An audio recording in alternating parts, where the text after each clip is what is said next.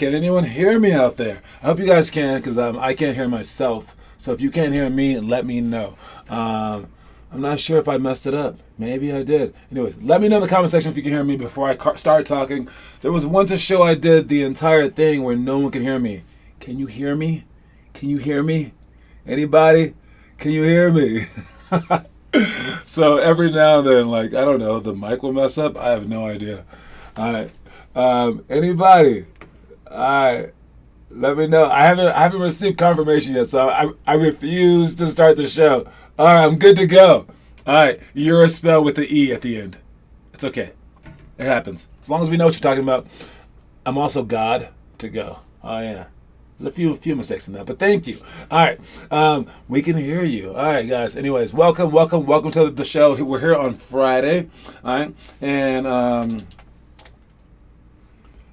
we have workouts tonight. All right, yet another weekend without games, but we will be doing a lot next weekend, a ton, and then games the weekend after that, plus an entire league. And I went ahead and told them to schedule us as many games as possible. So we should have extra players because of the other cities. So for this jam season, I'm going to do it the way that I want to do it, where we just have like a ton of games. I haven't been able to do it because we haven't had the horses. We haven't had that many people. All right, where Jam is a league that's run by my parents, and they ask me every single week, can you guys play? Can you guys play? And it's always like, sorry, we only have 3 dudes. Sorry, we can't ask them at the last second. Sorry, that team's too old. That team's too young, like that. But now we'll be able to play a ton of games. So normally a team will get 8 to 10 games. We will be like the first time that we did Jam, where we tried to do it, and that was where the issue started. But we had like 18 games instead of just 8. It was great. All right, so anytime that a team drops out, we're in. Anytime that they misscheduled, we're in. Anytime that they want us to play 3 games in a row, we're in. And if you can't do it, then you can't do it. So sooner or later, we will have far too many games. So if you're worried, we have no games, we will have games. All right, let's start off with the quote of the day. The quote of the day is, "The best revenge is massive success." All right, the best revenge is massive success. I always have to check it because this is the 6th day of the week, so we have a 6-word quote. All right, the best revenge is massive success. All right, wouldn't that be dope? Like because we all have our haters. All right, we all have our haters and people that told us that we couldn't make it. All right, what I'm going to talk about a little bit tonight at the workout is the fact that so few people are willing to take this chance is the reason that you have a chance to make whatever level that you want, honestly. Like, very, very much honestly. Because I think if you, like, asked each of our players, do you want to make the NBA? Do you want to make D1? The weird part is that you'll get a whole bunch of I don't knows, or not really, or just flat out no's. All right, and it's because, they're probably just, it's not because they don't want to make it. They just know that they can't, or they know that their efforts will be in vain, or they don't want to say it out loud. And it's a sad thing, all right? But when you have the guts to say it, all right, because we have maybe like 3 out of our like 50 kids, they are the only ones that say it. And it's like Noah, is that it? I think maybe Kieran has said like something like D1, and Derek says it. Those are our 3 right there. I don't know if we have any more. I doubt it. No one else even says that they want to make it. They always hesitate. When you're like, hey, do you want to make D1? They're like, if the stars align. And it's like, yes is the answer. Yes. I mean, because whatever your other dreams are, no matter how impossible those will be, like, yes, I want to be a doctor, or yes, I want to be like a lawyer, or yes, I want to go to college, yes, I want to make $1 million. You guys say that stuff so fast, but you're so hesitant on this one, and that's why you can't do it. So when people say that you can't do it, it's probably because you believe that you can't do it as well. But when you want to get those people back, when they say that you can't do it and they think that like, oh man, like you suck, you're this, you're that, you should be on the bench, and they make you all mad, the best revenge is massive success. So that's why you should do it. I mean, just to prove the haters wrong. That's good enough for me. All right, anyway, that's the quote of the day. Let's check out our itinerary. What do we have today? We got elementary school, autonomous workouts, judge dribbling. Oh, I'm going D1. I hear that. Judge dribbling, retreat, explode drill, step-ups to shots, baseline sweep, finger roll, and then pick and roll, layup to create. That's the stuff that we are doing next week. Stuff that we just finished up, our bank shots, had those go pretty well. 0, 1, 2, 4 touch. I think everyone liked that game. Pick and roll, split to drive. We struggled at that one, but it's a hard one. It's a hard one. It's funny. The pick and roll, split to drive, it's really, really hard to do. Yet, it's the one that everyone tries to do, like just naturally. They see two people and they're like, I don't know. Should I dribble through them with the ball? It's my first day playing basketball. Maybe that's the way to go. No, dude. This is like the hardest one. And we did it with the freaking like cone, and people were still turning the ball over. The cone doesn't even have arms, and we were turning the ball over. We were prepared for it. They weren't even surprising us, and we turned the ball over. This one is hard. This should be the last thing you do, but you should practice it. All right, because sometimes they will be overshowing. All right, so split to drive. And then we got heads, tails. That one always goes well. I stole that from a soccer team. I saw them doing it, and I was like, that is a great reaction drill. And then we got chair dips, which we did in the opposite gym to get stronger. And then knee jumps just to test and to improve our jumping ability. All right. Then today, what we have is pick and roll, retreat to pass. This is the one. This is the one that will set you apart, okay? So when you do the pick and roll, there are so many options, right? If you could ever like master all those options, and if you ever master all those options, all they're gonna do is start to go underneath the screen. And then if you can hit the shot, they'll be like, oh my God, he hits shots too. Whoa, this dude can make shots. So we can't just go underneath the screen. That means that you're smart enough to know all the pick and roll options. Then you are good enough to make the shot. Their only thing that they can do now is to double team you. And if they double team you and you're able to retreat and then make a pass out of it, heck, retreat to beat is okay. But retreat to pass, now it's 4 against 3. Yo, like you're on a whole new level. Because retreat to beat is like Damian Lillard. Retreat to pass is like Luka Doncic. As good as Damian Lillard is, since his whole team can't, since he can't score every single point the entire game, he has to depend on his teammates, and he's not doing that. He's not able to hit them in stride, hit them for like dunks.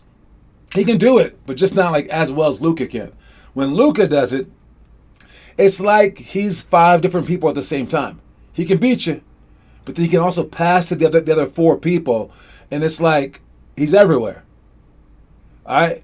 And I don't know, I guess the next step for Luka would be to pass out of it and then go get the offensive rebound putbacks.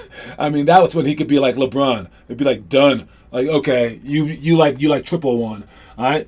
My shot is getting better. We keep hearing that your shot is getting better. We will see your shot. Show us, you know how you can prove to us that your shot's getting better? Do the 7-minute shooting drill and post it. If you can get more than 30, then your shot's good. All right, then your shot's great. If you get more than 20, then your shot's good. Everything underneath that, your shot's not good yet. All right, so we're going to be practicing the hardest thing ever, and that's retreat to pass. Passing to all 4 locations as you get back quickly, and then we're going to jump off our back leg, jump backwards, lean back, and then pass it overhead to one of 4 spots. Either the strong side corner, the strong side block, the weak side block or the weak side corner. All right, it's going to be a hard drill, but we're going to rotate like that and just like play with that a little bit. Then we also have jump stop to corner option. Jump stop to corner option is when you drive, not the one that you guys were doing for the homework. I saw that one. That's pass, high, low, left, right. Jump stop to corner option is when you drive from the top, sprinting in, and then you land with a jump stop on the elbow. And then you can pass to them for a jumper, or you can lower the ball and then they cut back door. That's the corner option one. You were close, but that's not quite it. Then we have jump stop or jab to 3-option jumper. All right, when you jab, you can shoot off of it, or you can go, or you can cross for the jumper on that side. When you have all three of those options, you become unstoppable. All right, shots to box outs. It's a stupid drill, but it's something that we need to do. When they shoot the ball up and toward the basket, you go down and away, and we just do that over and over and over again. Lastly, we got Lana's moves. I'll show you Lana's moves in a second, and then the last one is one-on-one post. When you play one-on-one post, make sure that you can face and turn to the basket. You can go at them. You can take a big drop step toward the middle. You can do all the things that we're doing, including Lana's moves. So when you do one-on-one post, score one dribble or less. All right. If you want to see Lana's moves, they are on our website. Where is that thing? Right here. All right. Of course, we have Dennis doing Lana's move. I don't know why we don't have Lana doing it, but yeah. Lana's at Texas Tech right now. Dennis is in Arizona playing basketball, but we have Dennis showing you Lana's moves. Let's check it out. Turn and face, pop. Always take a step and then inch back. Take a step. The ball should be higher. His elbow should be higher. Inch back. And now he's going to jump stop toward the middle. Boom, hit. Jump stop should be higher with the ball. Higher with the ball. And then shoot without turning and facing.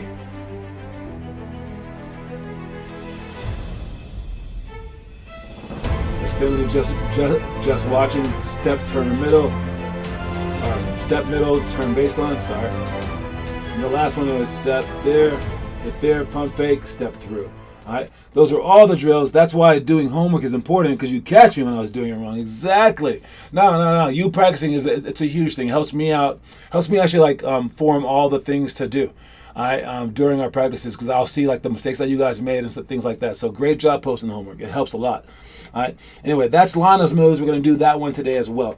All right. Moving on, let's check our challenge in our movie of the day. All right. Our movie. Let's talk about the challenge first. I always do it the opposite way. So let's talk about the challenge first. This is for 6th graders out there. All right. You guys are doing your choice of the Hall of Fame workouts. Feel free to choose a new workout daily. All right. See details online to download the app that will supply you with unique drills each day. Don't give up. All right. Yes, you guys are doing the Hall of Fame workouts. I saw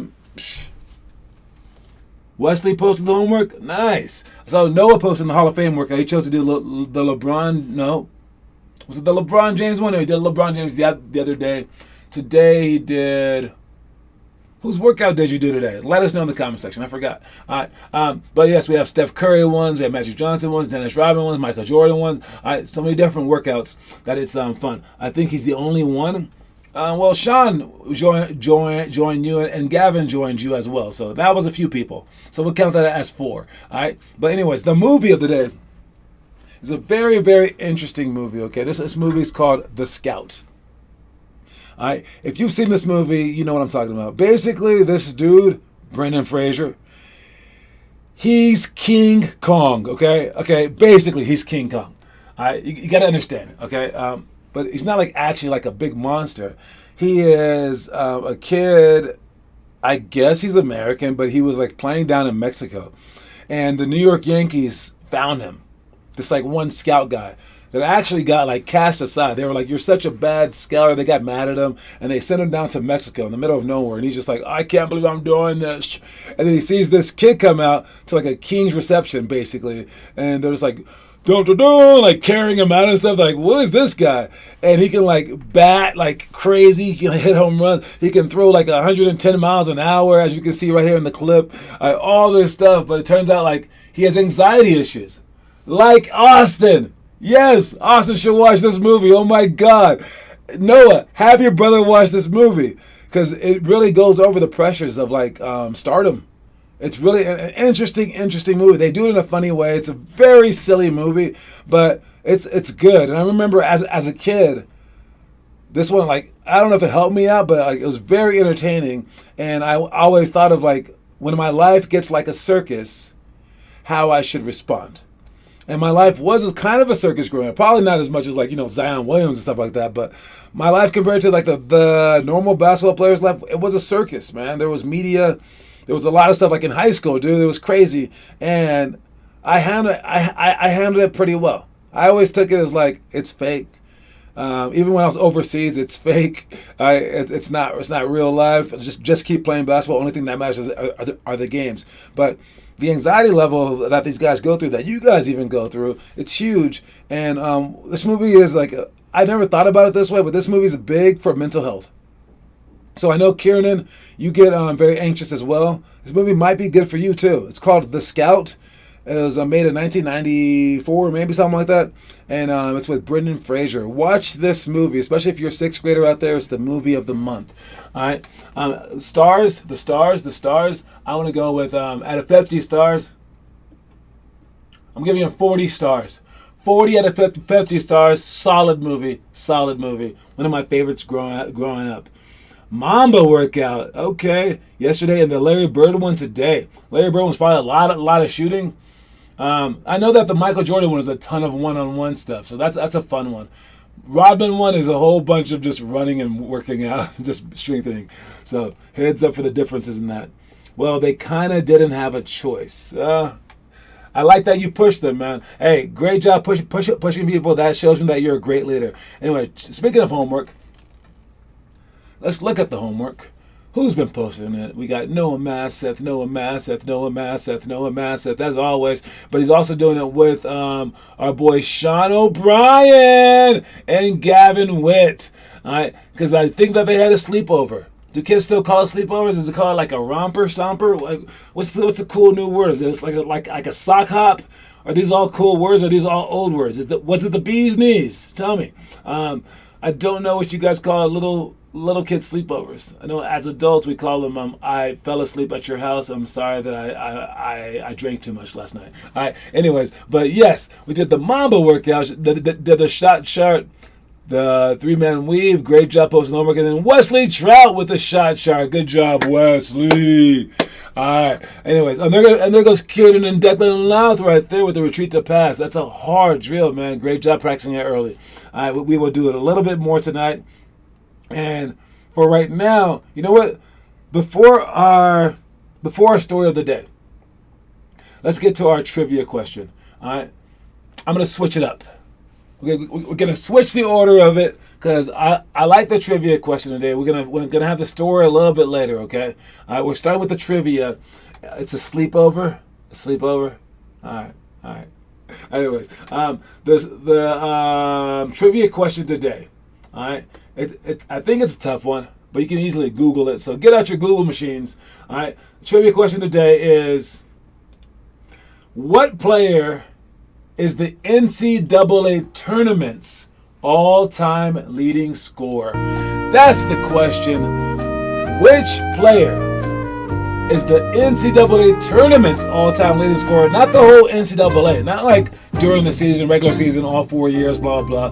But it's during the tournament, the NCAA tournament. I actually guessed this one right, because I know that this guy had to have like been in like a ton, because it's probably the guy who plays the most. Probably not like the biggest scorer. So like Shaq, his team didn't win the national championship, so he didn't play that many games in the NCAA tournament. But which player has scored the most, the all-time leading scorer in NCAA history? That is the answer right there. All right, and Kieran and Declan, and we might as well say it, Zach Louth too. All right, they are killing it this month. Fantastic job. It is not Pistol Pete. Pistol Pete did score 44 points a game. All right, and Glenn Rice, he was great. Pete Maravich is not the answer. Pete Maravich, again, he averaged 44 points a game during the season. I'm talking about the NCAA tournament, and the answer is Christian Jamal Leitner. That is not his middle name. His middle name is not Jamal. I just made that up. But it's Christian Laettner, and Christian Laettner is best known for his shot against Kentucky in the Elite Eight that led Duke to a title in 1992. But he also helped the Blue Devils win it all in 91, winning most outstanding player honors for his 23 points and 8.5 rebounds per game in the Final Four that year. He finished his Duke career with 4 NCAA tournament records, including the most games by a player, 23. So he's played the most games, 23. Most points scored, 207. Most free throws attempted, 167. And most free throws made, 142. All right, that is Christian Jamal Louise Laettner. All right. But yes, nice guesses though, except for the Glenn Rice one. That one just seems very made up, but I'm happy that you know who Glenn Rice is, Connor Rush. All right, nice guess, nice guess. Let's get to our story of the day. All right, and watch it. Sometimes to gain a winning edge, the slightest adjustments in your performance can lead to large improvements in your game. So watch for those small details in game film. Take seemingly trivial criticism to heart. And never settle with how solid things seem to be.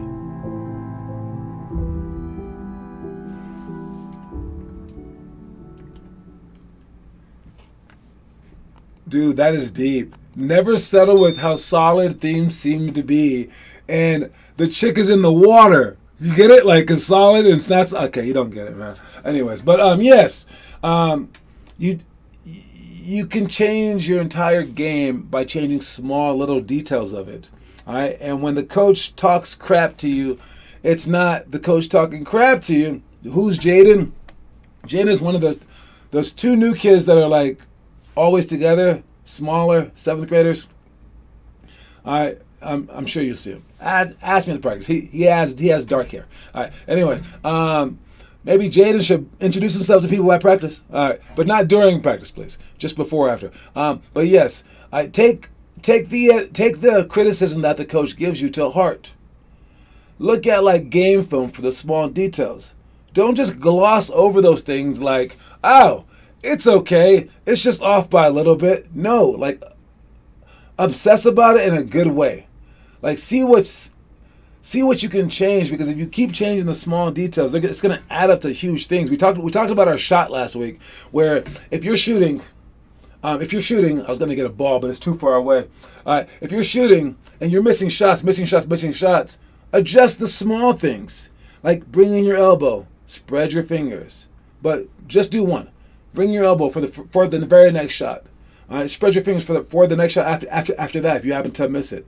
All right, fully extend both arms for the next one. End up on your tippy toes for the next shot, right? And after about 4 shots or so, just with odds, you're going to make it eventually, right? But also, you'll be slightly correcting your shots, so much so that it's going to have a profound influence, all right? And it's like a rocket ship where if you point it at like this amount of degrees, you're going to the moon. But if you change it like that, you're going to Mars.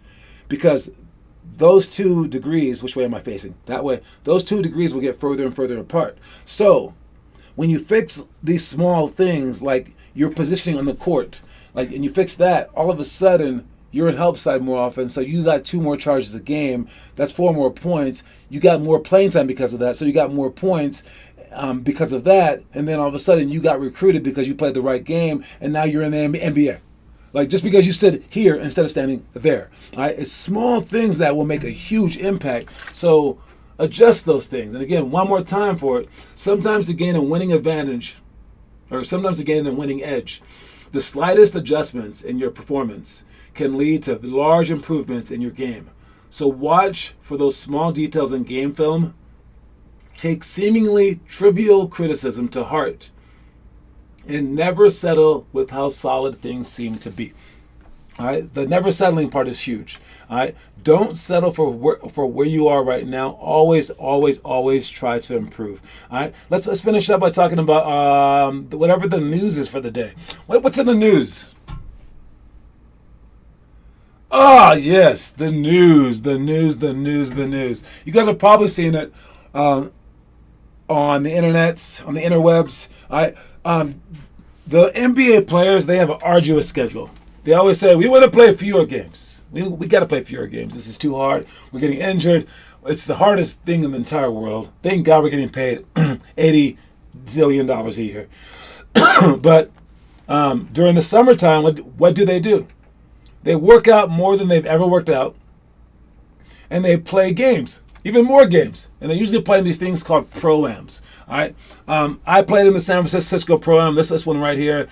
And I played against guys like Matt Barnes, Jason Richardson, and others, whatever. All right. And my team, though, was always the team that didn't have a pro. There were 7 teams in the Pro-Am. Our team was the only one that didn't have a pro, and we won it 4 straight years. The San Francisco Pro-Am. All right. It was a big time thing out there, but it's a really neat environment.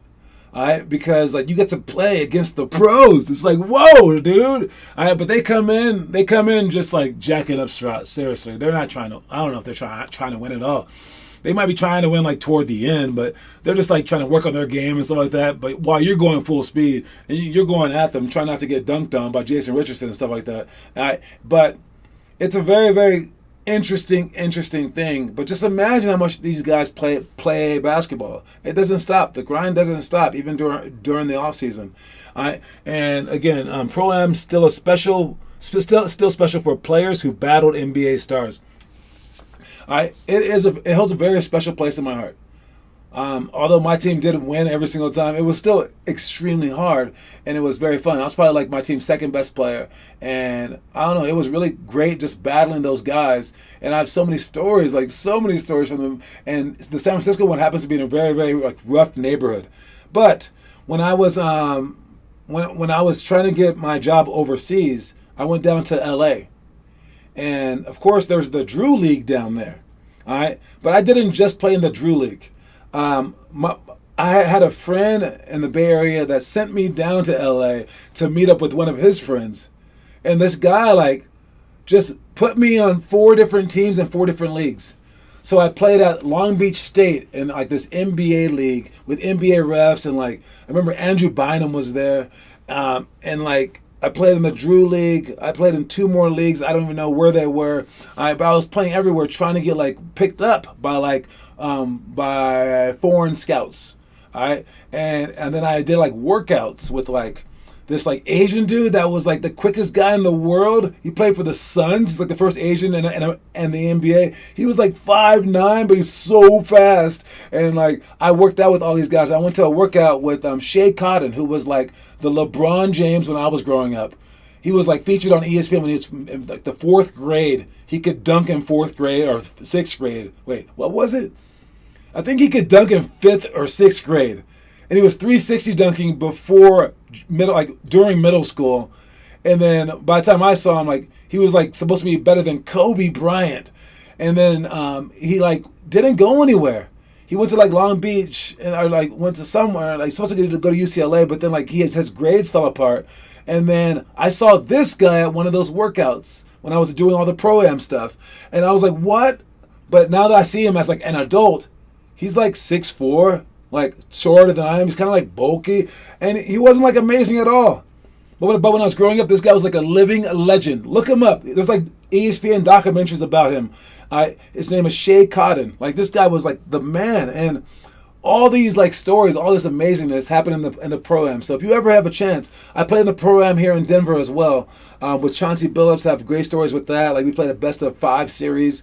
All right, I think his team got the best of mine though. I lost to Chauncey. All right, but all these Pro-Ams, if you can grow up with them, they are great. If you can become a Pro-Am legend like myself. I mean, come on, 4 champions, they give us leather coats and stuff. That's amazing. But just to play against the pros, it's an honor. And you guys get a chance to do that during our summer times. So, I don't know. That was a story time sort of thing. Hopefully you guys can be in that position one day. And look to see if you guys can actually show up to these games, to see these pros play in a different element other than the NBA. It's a very, very interesting time.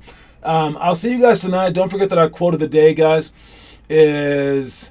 the best revenge is massive success. I'll see you at the workout tonight. Don't forget that I'm setting up that whole thing for Connor, Kiernan, and Noah. All right. By the time that school starts, I'll have something put together for maybe Saturday nights. I'll figure out what day of the week with you guys as well. Anyways, you guys, I will talk to y'all later. See you tonight. Peace.